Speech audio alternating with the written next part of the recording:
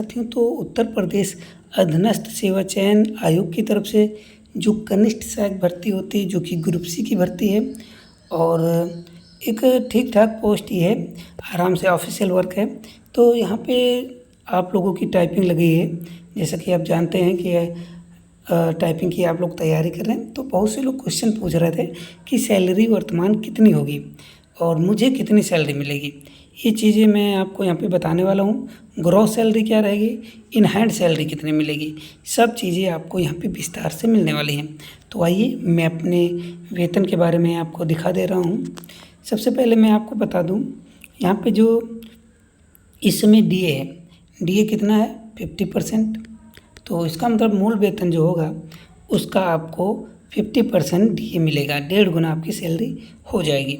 ठीक है, अब यहाँ पे बात करते हैं हम आपको जुलाई मंथ की सैलरी के बारे में दिखा देते हैं। ये जुलाई मंथ की सैलरी है।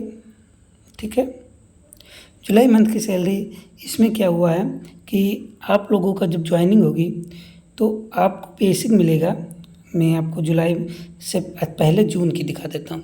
ये जून मंथ की है। ठीक है, जून मंथ की सैलरी है और जून मंथ में 21,700 बेसिक था, जो कि आप ज्वाइनिंग करेंगे तो 21,700 बेसिक से ही ज्वाइनिंग होती है। और इसका 50% मतलब डीए जो है, यहाँ पे देख पा रहे होंगे डीए 50%, 10,850। ठीक है, 10,850 आपका डीए हो जाएगा और 1,200 आपको एचआरए मिलने वाला है।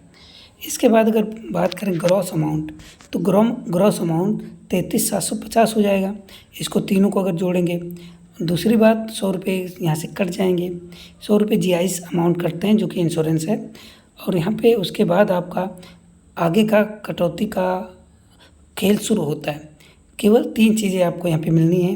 ये मिलेगा 21,700, 10,850 वर्तमान में डीए है और 1,200 एचआरए मतलब कि हाउस रेंट अलाउंस।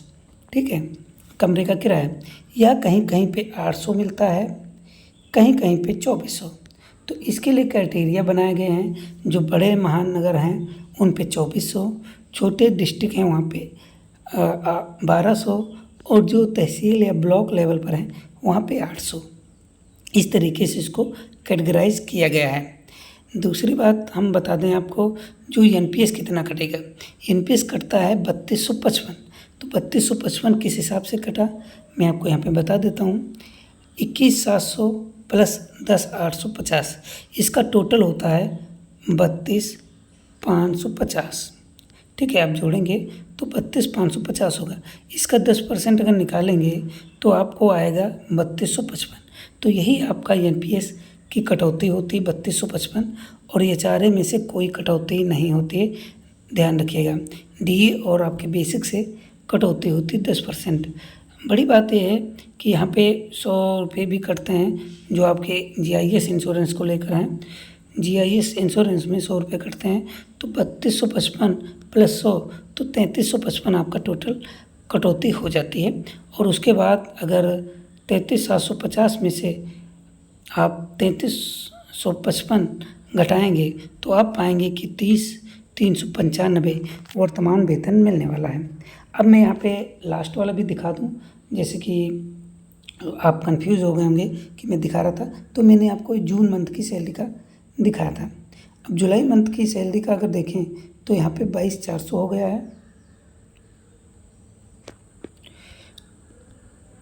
22,400 हो गया है।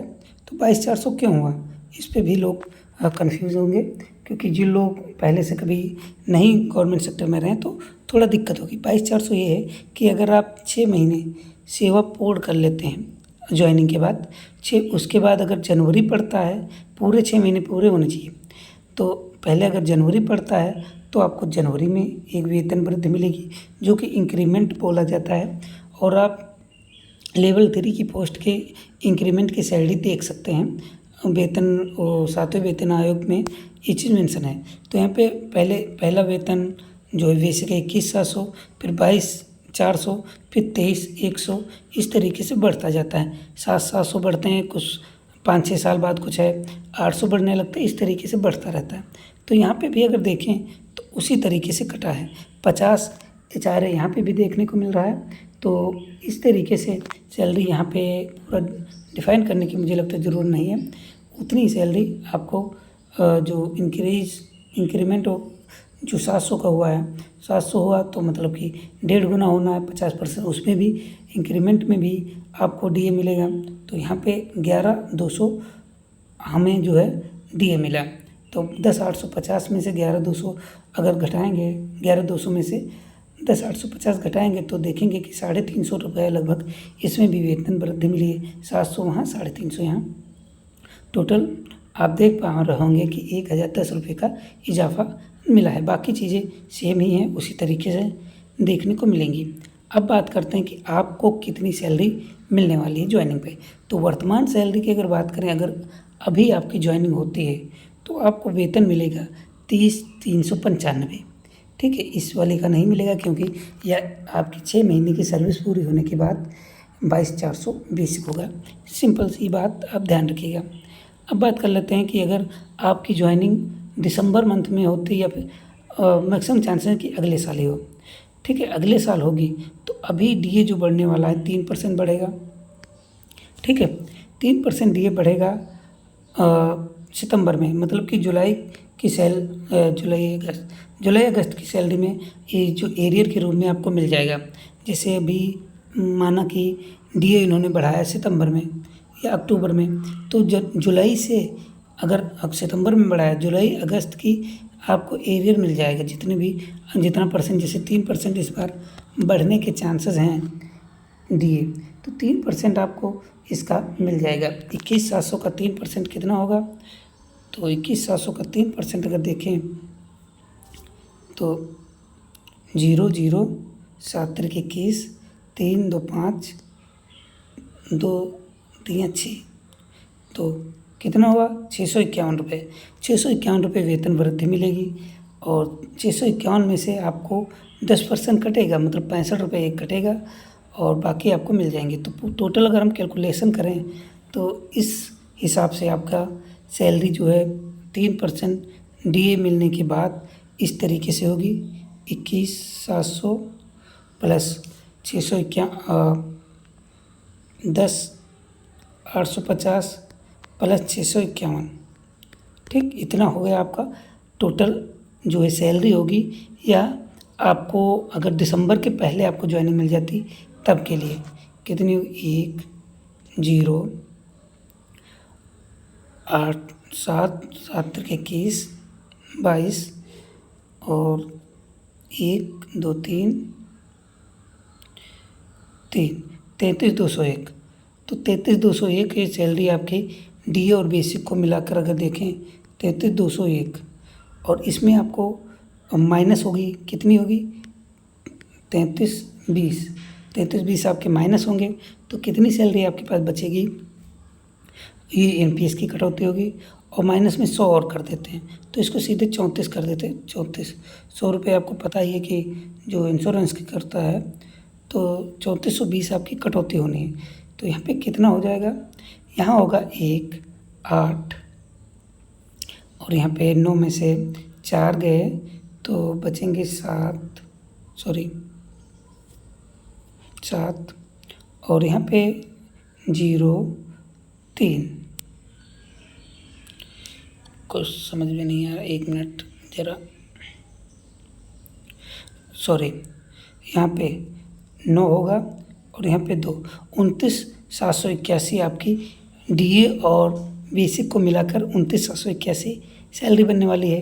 तो 29,781 में अगर देखें, 29,781 में अब क्या जुड़ेगा? अगर आप नॉर्मल डिस्ट्रिक्ट में रहते हैं तो 1,200 मिलेगा, 1,200 एचआरए मिलेगा। तो यहाँ पे कितनी सैलरी बनेगी?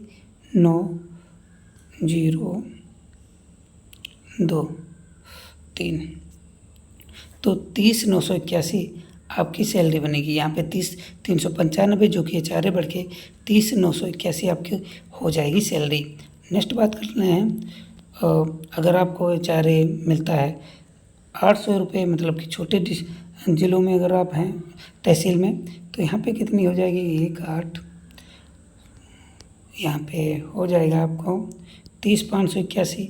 अगर यहीं पे आपको ए लेवल की सिटी में हैं तो यहाँ पे 2400 आपको एचआरए मिलने वाला है, जो कि 81 और 1 2 3 तो 32,181 आपको यहाँ पे टोटल ग्रॉस सैलरी मिलने वाली है। तो बाकी आपकी ज्वाइनिंग अगर लेट होती है, जनवरी में होगी या फिर जनवरी महीने में अगर ज्वाइनिंग आपकी होती है, तो अगर जो डीए का बढ़ोतरी है आपको मार्च अप्रैल में आती हुई दिखती है, तो मार्च अप्रैल में डीए की बढ़ोतरी अगर होगी तो डीए जो आपको मिल जाएगा लगभग 3 से 4% बढ़ेगा। तो बाकी आप उसमें जोड़ के कैलकुलेट कर सकते हैं। और यह डीए जो बढ़ेगा वो अभी जो डीए बढ़ने वाला है यह जुलाई से प्रभावी होगा, और जो मार्च फरवरी में अनाउंस होगा उसका जनवरी से प्रभावी होगा। तो जनवरी में अगर ज्वाइन कर लेते हैं आप तो आपको डीए अलाउंस जो बढ़ेगा वो भी मिलेगा, मतलब कि अगले साल जो भी होगा जनवरी से ही मिलेगा। तो मुझे लगता है कि मैंने सैलरी के बारे में बेसिक चीज़ें आपको बता दी हैं। बाकी डीए वगैरह का एरियर वगैरह भी मिलता है, एरियर नीचे लिखा है। यहाँ पे अगर बिल देखें तो यहाँ पे आपका वाउचर नंबर होता है, किस दिन में आपका बिल लगा है और किस महीने की सैलरी है, बेसिक क्या है, डीए क्या है, एचआरए क्या है, डीए एरियर क्या है, अदर अलाउंस, ग्रॉस सैलरी 10 रुपये, जीआईएस 100 रुपये, 70 + 30 कटता है, और यहाँ पे 55 एनपीएस कटौती डिडक्शन हुआ, टोटल 3355 और टोटल 23,395 सैलरी इन हैंड आपके अकाउंट में आ जाती है। तो मुझे लगता है मैंने आपके लिए सैलरी के बारे में जो भी कन्फ्यूज़न रहा होगा क्लियर कर दिया है। बाकी आप लोगों के क्या रिव्यू हैं कमेंट करिएगा, कोई क्वेरी है, कोई क्वेश्चन है, ज़रूर मुझे कमेंट करें।